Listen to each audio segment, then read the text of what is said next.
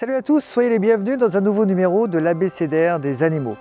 Dans une précédente émission, nous avons découvert les lémuriens et notamment cette espèce de Makikata. Aujourd'hui, je vous invite à découvrir une nouvelle espèce, ça s'appelle le Makivari et on y va tout de suite avec Pierre. Le Makivara noir et blanc est le plus grand de tous les lémuriens. Il possède tous les caractères propres à cette famille. Un museau noir à l'odorat très développé, de grandes orbites améliorant la vision nocturne, de longs membres et une longue queue lui permettant de se déplacer de branche en branche avec agilité. Il communique à l'aide de vocalisations puissantes et s'épouille avec les dents. Mais fait-il partie de la grande famille des singes? Où peut-on le trouver en milieu naturel? Est-il menacé? Allons à la rencontre de cet animal si mignon. V comme Vari. Bonjour Pierre. Bonjour. Alors effectivement, nous allons parler aujourd'hui du Makivari et la première question qui me vient à l'esprit, c'est est-ce que le Makivari est une espèce de singe? Est-ce que d'ailleurs c'est un singe? Eh ben non, le Makivari c'est pas un singe, c'est un lémurien. D'accord. Alors en fait, il y a certaines ressemblances puisqu'ils font partie tous les deux de la famille des primates. D'ailleurs, nous faisons partie de la famille des primates. Et une des grandes caractéristiques, c'est le pouce opposable à la paume de la main, donc ce qui nous permet d'attraper des aliments. Les lémuriens en sont capables, dont les Makivari. Et après, on différencie deux grandes familles, les simiens, qui sont les singes, et les prosimiens, dans lesquels on retrouve les lémuriens. Donc c'est bien deux familles différentes. Existe-t-il maintenant plusieurs espèces de Makivari?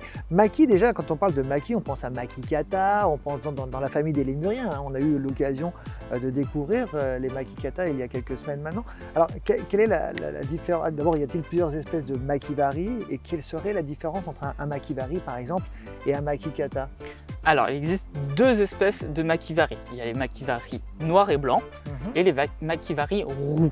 Donc après, dans chaque espèce, il y a des sous-espèces. Par exemple, chez les Makivari noirs et blancs, il y a 3 sous-espèces différentes. Et après, il y a pas mal de différences entre chaque espèce de lémurien. Par exemple, si on parle des Makivari noirs et blancs et des Makikata, le Makivari noir et blanc est plus gros. D'ailleurs, c'est le deuxième lémurien le plus gros qu'on retrouve sur la planète après l'Indri-Indri. Il va y avoir aussi le temps de gestation, il va y avoir le poil qui est un peu plus bouffant pour les Makivari, la queue annelée qui n'est pas présente, etc., etc.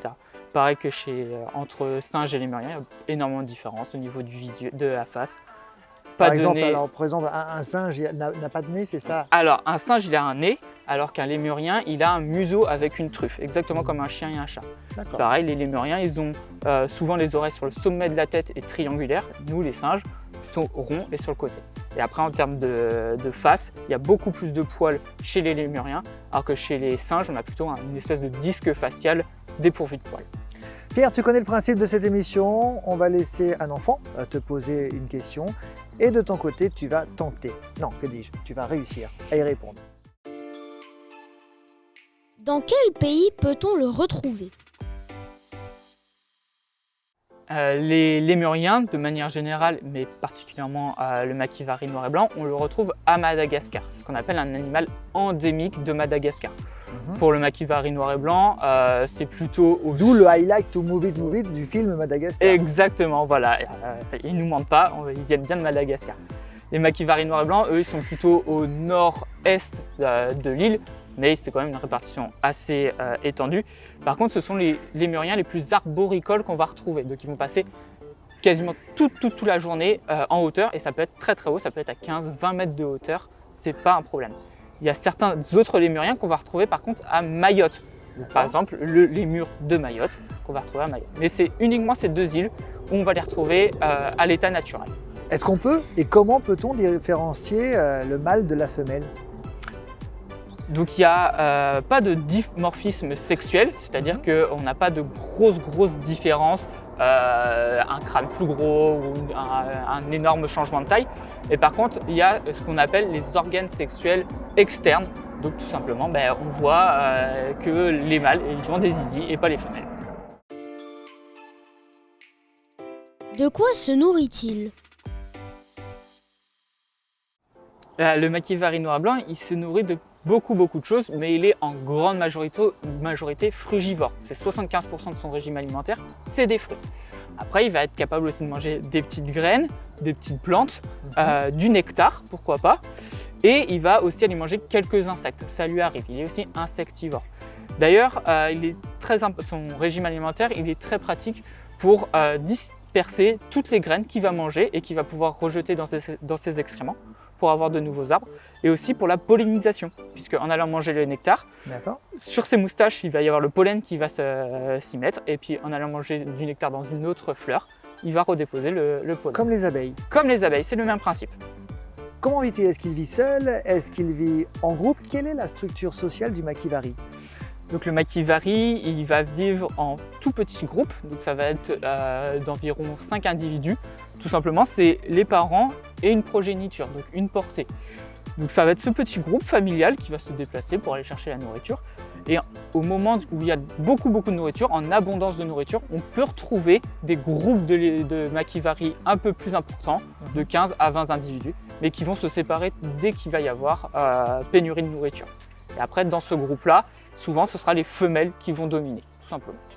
Alors, est-ce que, comme les singes, le makivari se nettoie de la même manière? C'est-à-dire, on le sait, hein, les singes, on l'a vu avec notamment le capucin, il utilise parfois des légumes comme le fenouil, comme l'oignon ou autre. Est-ce que c'est la même chose pour les singes, pour les makivari ou pas du tout? Donc ils vont se nettoyer un peu différemment. Déjà, ils ne vont pas énormément s'épouiller entre eux, ils vont plutôt faire leur toilette individuellement, donc aller se nettoyer. Et après, ils ont ce qu'on appelle une griffe de toilettage. D'ailleurs, c'est la seule griffe qu'ils vont avoir, le reste, c'est des ongles, comme nous. Et cette petite griffe de toilettage va leur permettre tout simplement de se gratter, de démêler leurs poils, d'aller chercher des petits insectes qui se promènent dans leurs poils, les petites puces, les choses comme ça. Et ils vont les manger, tout simplement. Mais ils ne vont pas utiliser de légumes pour antiparasitaires, eux, ils ne savent pas très bien faire ça. Quel est son mode de reproduction? Donc, en fait, c'est tout simple, hein. Comme ils vont vivre en couple, ils n'ont pas besoin d'aller chercher un nouveau partenaire, ils vont se reproduire entre eux. Et après, quand ils vont vivre en groupe, dans ce cas-là, tout simplement, ça va être la femelle qui va plutôt choisir le mâle, comme c'est la femelle qui est dominante. Combien de temps la maman garde-t-elle le petit dans son ventre? Donc chez les makivari noirs et blancs, c'est une gestation assez courte, on va aller de 3 mois à 3 mois et demi. D'accord. Comparé par exemple aux makikata qui eux c'est vraiment 3 mois et c'est rarement au-dessus. Il va y avoir d'autres espèces de lémuriens qui peuvent avoir des temps de gestation un petit peu plus longs ou un petit peu plus courts. Combien de petits peut avoir la maman en même temps? Alors, ce qui est particulier chez les makivari noirs et blancs, c'est que c'est le seul lémurien qui va avoir plusieurs petits à la fois. Normalement les lémuriens ils n'ont qu'un seul petit à la fois, rarement deux, ça peut arriver. Chez les makivari, c'est plutôt entre 2 à 6 petits par portée. Donc ça peut être des grosses portées. D'ailleurs, ils ont 6 mamelles pour avoir 6 petits. Mais en moyenne, on retrouve à 2-3 individus par portée. Est-ce que le petit marche dès la naissance? Donc le petit, il va rester dans un nid pendant environ 3 semaines. Voilà, il va rester dans ce nid. Et au bout de ces 3 semaines, là, c'est la maman qui va les transporter. En fait, elle ne va pas les transporter comme les autres lémuriens sur leur ventre ou sur leur dos. Elle va les prendre dans sa gueule, comme une maman chat pourrait balader ses chatons, tout simplement. Elle va les transporter, les balader comme ça, et leur apprendre à ce moment-là à commencer à chercher la nourriture. Est-ce que sa longue queue lui sert à quelque chose? Alors sa longue queue, elle n'a pas énormément d'utilité, à part garder leur équilibre. Comme ils sont très arboricoles, ils vont se balader sur des branches. Il faut garder son équilibre, et c'est à ça que va servir sa queue. Avec ses couleurs, est-ce qu'il arrive malgré tout, et notamment à cause de sa couleur blanche, à se camoufler? Alors, il ne se camoufle pas très bien, mis à part qu'il y a beaucoup d'animaux en fait, qui ne voient pas les couleurs, donc ça ne dérange pas.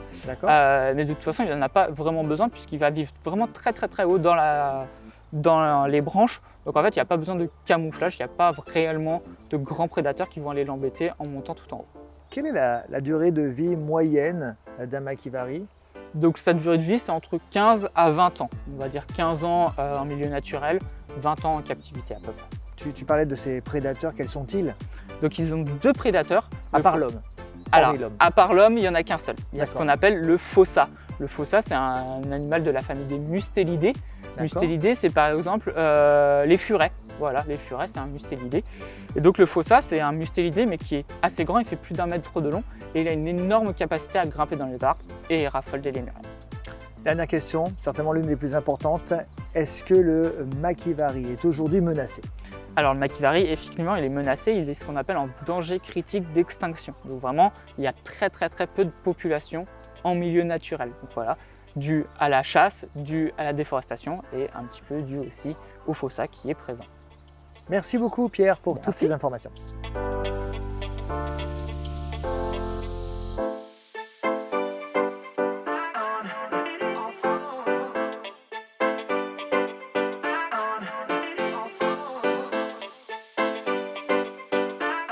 Et bien voilà les amis, c'est terminé pour aujourd'hui. Rassurez-vous, on revient très vite pour un nouveau numéro de l'ABC des animaux. Salut!